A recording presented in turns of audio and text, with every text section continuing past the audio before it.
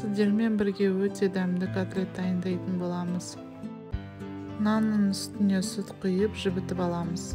Мен пиязды үкіштен өткізіп алдым. Қалауларыңыз бойынша блендермен өткізсеңіздер болады. Тартылған еттің үстіне нан саламыз. Жұмыртқа бірігу үшін дәміне қарай тұз, бұрыш саламыз. Жақсылап араластырып котлеттерді жасауға кірісеміз.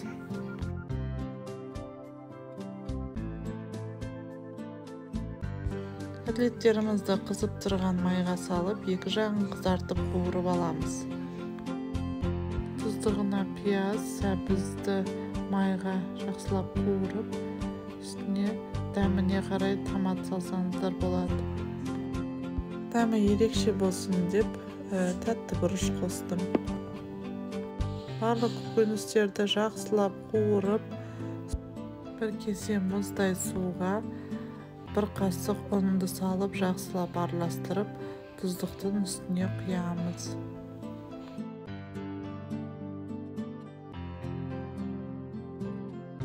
Осы тұздықтың үстіне котлеттерімізді салып, жақсылап бұқтырып аламыз.